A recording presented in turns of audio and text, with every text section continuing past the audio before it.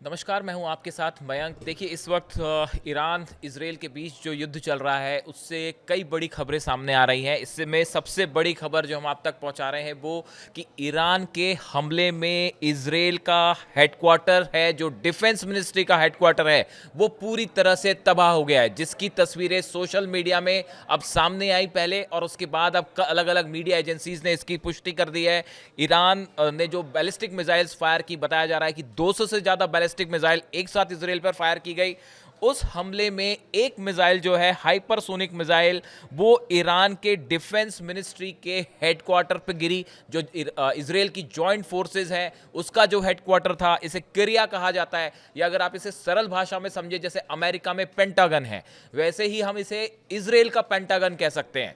इस हेडक्वार्टर को ईरान ने बड़े मिसाइल हमले में तबाह कर दिया है। देखिए, इजराइल को जो नुकसान हुआ है ईरान के हमले में, वो तस्वीरें अब धीरे धीरे बाहर आनी शुरू हो गई हैं। तस्वीरों में हम देख सकते हैं कई बिल्डिंग्स बुरी तरह से तबाह हो गई हैं।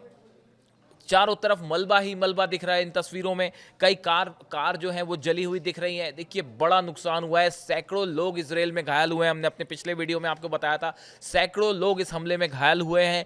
कई लोगों की मौत की खबरें हैं। हॉस्पिटल्स जो हैं इजराइल में, उनको अंडरग्राउंड फैसिलिटीज़ में शिफ्ट कर दिया गया है। लोगों को कहा गया है घर के बाहर ना निकलें। और पूरे इजराइल में, तेल अवीव में, यरूशलेम में सायरन इस समय बज रहे हैं। देखिए, ये युद्ध अगले कुछ घंटों में और ज़बरदस्त हो सकता है।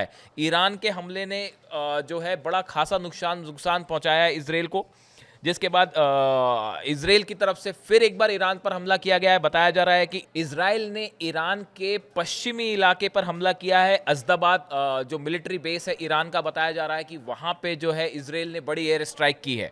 लेकिन देखिए, जो तस्वीरें अब सामने आ रही हैं उससे एक बात तो साबित है कि एक बार फिर से इजराइल का आयरन डोम सिस्टम पूरी तरह से सफल नहीं हो पाया, और ईरान ने जो 200 से ज़्यादा बैलिस्टिक मिसाइल्स बताया जा रहा है फायर की, उसमें से कई मिसाइल्स जो हैं उसने इजराइल को अलग अलग ठिकानों पर हिट किया है, जिसकी तस्वीरें अब सामने हैं।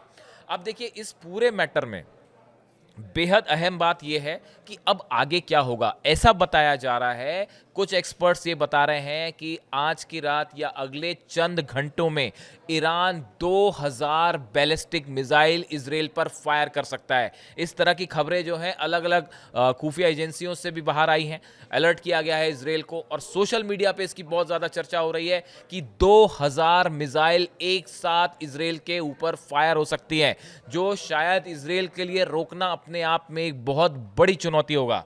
अब देखिए, इस पूरे मैटर में दो अहम डेवलपमेंट हैं कि रूस और चीन दोनों खुलकर इजराइल के खिलाफ खड़े हो गए हैं। रूस और चाइना दोनों ने ईरान का मजबूती के साथ सपोर्ट करना शुरू कर दिया है। देखिए, रूस की तरफ से क्या कहा गया है, जो उनके प्रवक्ता है दिमित्री पेस्कोव, इन्होंने कहा है कि राष्ट्रपति व्लादिमीर पुतिन को रक्षा मंत्रालय, विदेश खुफिया विभाग और विदेश मंत्रालय द्वारा लगातार इस हमले और इस युद्ध की लगातार जानकारी दी जा रही है। यानी पुतिन खुद इस पूरे मैटर पे नजरें जमाए हुए हैं। इसके साथ ही रूस की तरफ से कहा गया है, Russia strongly condemns Israel use of force against Iran in violation of UN charter. रूस का कहना है कि इजराइल ने जिस तरह ईरान पर हमला किया, यह यूनाइटेड नेशंस के चार्टर के नियमों के खिलाफ है। इसके साथ ही जो रूस के विदेश मंत्रालय की तरफ से जो बयान जारी किया गया है, उसमें कहा है कि extremely concern at the dangerous escalation of tension in the middle east. रूस का कहना है कि मिडिल ईस्ट में जो तनाव बढ़ा है उसको लेकर हम बहुत ज़्यादा चिंतित हैं। इसके साथ ही ये कहा गया, it is clear that Israel's authorities have made a conscious choice in favour of further escalation of tensions.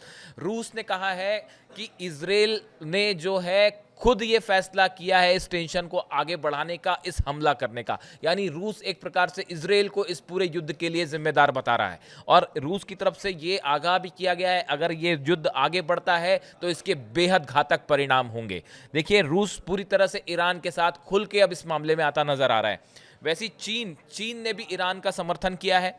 चीन की तरफ से कहा गया है कि इजराइल की सेना की ओर से इजराइल में किए गए हमलों की चीन निंदा करता है। चीन ने इजरायल के हमलों की निंदा करते हुए कहा कि ये ईरान की संप्रभुता, सुरक्षा और क्षेत्रीय अखंडता का उल्लंघन है और इस अभियान को तुरंत रोका जाना चाहिए। चीन की तरफ से ये कहा गया है कि इजरायल जो हमले कर रहा है वो तुरंत रोक दिए जाए। इसके साथ ही यूनाइटेड नेशन सिक्योरिटी काउंसिल को जो शनिवार को जो बैठक हुई, उसमें जो चीन के एम्बेसडर हैं फूकोंग, उन्होंने कहा कि इजरायल की ओर से ईरान की संप्रभुता का उल्लंघन करने की बीजिंग निंदा करता है। चीन का कहना ऐसा है कि ईरान की जो सॉवरेंटी है इसके अगेंस्ट था ये हमला, ईरान की संप्रभुता के खिलाफ था ये हमला और हम इसकी निंदा करते हैं, इसको फौरन रोका जाना चाहिए। दूसरी तरफ बेंजामिन नेतन्याहू की तरफ से कहा गया है कि ये इस तरह के हमले आगे जारी रहेंगे, यानी अगले चंद घंटे, आज की रात एक बार फिर ईरान और इजरायल के बीच जबरदस्त बैलिस्टिक मिसाइल्स के हमले देख सकते हैं। और जैसा कि बताया जा रहा है कि 2000 से ज़्यादा बैलिस्टिक मिसाइल ईरान फायर कर सकता है। ये एक बड़ी चुनौती है इजरायल के लिए कि इससे कैसे निपटा जाए। दूसरी तरफ इजरायल के भी हमले जारी हैं। एक बात ये कही जा रही है कि अगले चंद घंटों में आसपास के जो अमेरिकी बेसेस हैं इसको भी ईरान निशाना बना सकता है। क्या ऐसा होगा, इस पे नजर बनाए रखने की जरूरत है। दूसरा, अब ईरान की तरफ से क्या और भी कोई कदम उठाया जा सकता है। देखिए, स्ट्रेट ऑफ हॉर्मूज है जहां पे पूरी दुनिया का 20 से 25% ऑयल जो है यहां से इस रास्ते से गुजरता है, इसको ईरान बंद कर सकता है। अगर ऐसा होता है तो ये अमेरिका ही नहीं, पूरी दुनिया के लिए एक बड़ा झटका होगा। यानी जिस तरह से हमले इजरायल ने किए, इसके बाद ईरान एक बड़े पलटवार को अंजाम तो दे ही रहा है। आने वाले कुछ दिनों में, आने वाले चंद घंटों में एक बार फिर हम देख सकते हैं कि ईरान की तरफ से एक बड़ा हमला हो सकता है। इस पूरे मामले में जो भी अपडेट आएगा, सबसे पहले हम कोशिश करेंगे आप तक पहुंचाने की।